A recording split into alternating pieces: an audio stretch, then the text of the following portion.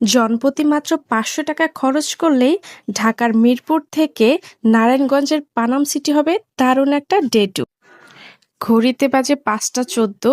খুব ভোরবেলা উঠে গিয়েছি। ২ জন ২ টা আম খেয়ে বের হয়ে গেলাম পানাম সিটির উদ্দেশ্যে।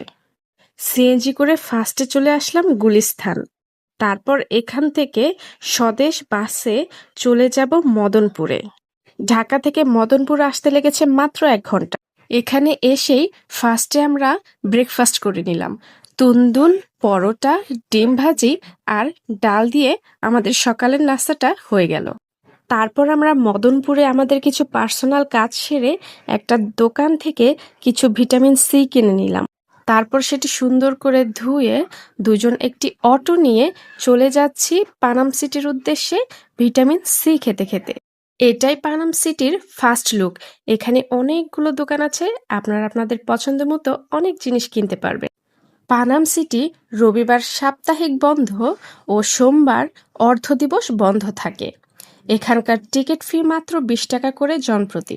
টিকিট কেটে ভিতরে প্রবেশ করতেই দেখবেন দরজার কাছে সুন্দর করে লেখা আছে এর ইতিহাস। এবার চলেন পানাম সিটি উপভোগ করি।